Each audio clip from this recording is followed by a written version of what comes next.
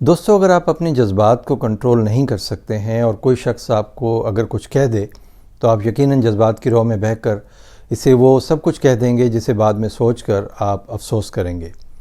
تو آپ کو ان جذبات کو کنٹرول کرنا سیکھنا ضروری ہے تاکہ یہ آپ کی زندگی کو متاثر نہ کریں۔ سیلف کنٹرول دراصل آپ کو کوئی کام کرنے یا بات کرنے سے پہلے خود کو کنٹرول کرنا سکھاتا ہے۔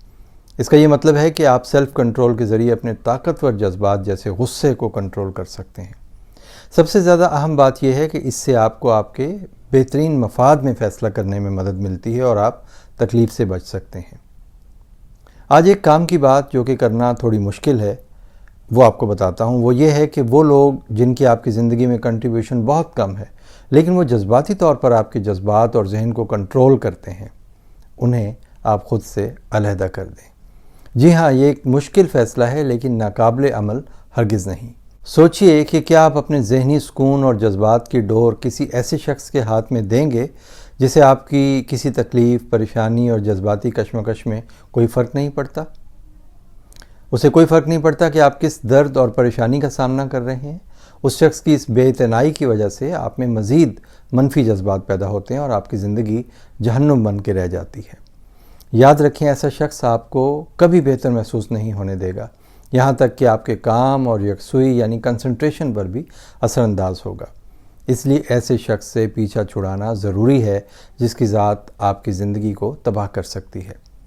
اسی طرح جھوٹ بولنے والوں اور وعدہ خلاف لوگوں سے بھی دور ہو جانا بہتر ہے، بھلے آپ کو ان کی کتنی ہی ضرورت محسوس ہوتی ہو، اور یہ سب سیلف کنٹرول سے ممکن ہے۔ سیلف کنٹرول دراصل آپ کے کردار کو مضبوط بناتا ہے اور اس کی پریکٹس کرنے سے آخر میں آپ کو اس کی مہارت حاصل ہو جائے گی اور سب کچھ نارمل ہو جائے گا۔ اس کے لیے کچھ ٹپس میں آپ کو بتاتا ہوں۔ کبھی بھی ناراض شخص کی بات کا جواب اسی شدت کے ساتھ نہ دیں جیسے وہ آپ سے بات کر رہا ہے۔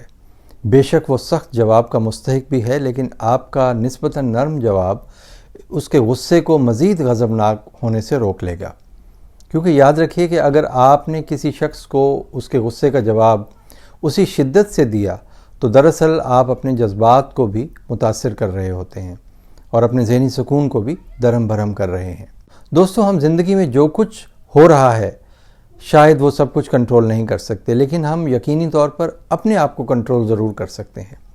بری تقدیر کا کنٹرول ہمارے ہاتھ میں نہیں ہے لیکن ایسی سچویشن میں ہم اپنے رویے کو ضرور کنٹرول کرنا سیکھ سکتے ہیں۔ جب ہم برا رد عمل دکھاتے ہیں تو بدقسمتی سے ہم وہ باتیں کہہ چکے ہوتے ہیں جنہیں ہم واپس نہیں لے سکتے۔ یہ irreversible ڈیمیج کرتی ہیں۔ تعلقات کی دنیا میں اس سے بچنا ضروری ہے۔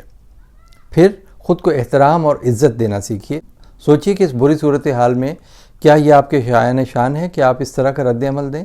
آپ کو خود کو کنٹرول کرنا ہوگا۔ اسی طرح اگر آپ خود کا احترام کریں گے تو آپ کے اندر ایک جرأت بھی پیدا ہو جائے گی اور جرأت کے ساتھ ساتھ آپ کو اپنے غصے کا مثبت طور پر اظہار کرنے اور اس کا حل تلاش کرنے کا ایک طریقہ بھی مل جائے گا۔ دوستو، غصہ آپ کا ایسا دشمن ہے جو دراصل آپ کی انا کی تسکین تو کر دیتا ہے لیکن آپ کی کامیابی کے امکانات کو کم کرتا چلا جاتا ہے۔ غصہ آپ کو وقتی طور پر طاقتور محسوس کرواتا ہے لیکن یہ آپ کو ڈیمیج بھی کرتا ہے۔ بظاہر غصے والا شخص آپ کو طاقتور محسوس ہوتا ہے لیکن دراصل یہ غصہ اس شخص کو کمزور کر رہا ہوتا ہے۔ یہ ہماری انا کو فروغ دیتا ہے لیکن یہ ہماری کامیابی میں مداخلت کرتا ہے۔ غصہ صرف غصہ ہے، یہ اچھا نہیں ہے، یہ برا نہیں ہے، یہ بس غصہ ہے۔ آپ اس کے ساتھ کیا کرتے ہیں؟ آپ اسے خود کو تعمیر کرنے کے لیے استعمال کرتے ہیں یا خود کو تباہ کرنے کے لیے استعمال کرتے ہیں؟ یہ آپ کے ہاتھ میں ہے۔ یعنی ہم غصے کو مثبت یا منفی طور پر استعمال کر سکتے ہیں کیونکہ یہ طاقتور ترین جذبات میں سے ایک جذبہ ہے۔ غصہ اچھا یا برا ہو سکتا ہے، یہ سب اس پر منحصر ہے جس طرح آپ اس پر رد عمل دکھاتے ہیں۔ جب آپ اسے کنٹرول کرنے کی بجائے اسے آپ کو کنٹرول کرنے دیں گے تو یہ ایک وائلڈ اینیمل بن جاتا ہے۔ اس وائلڈ اینیمل سے بچنا ہے اور اس کی طاقت کو اپنی تعمیر کے لیے استعمال کیجیے۔ یقین رکھیں کہ جتنی قوت آپ کے اندر غصہ دکھانے کی ہے اس سے زیادہ قوت آپ کے اندر اپنے جذبات کو کنٹرول کرنے کی بھی ہے۔ امید ہے یہ چند گزارشات آپ کی زندگی میں اہم ثابت ہوں گی۔ اپنا بہت خیال رکھیے گا۔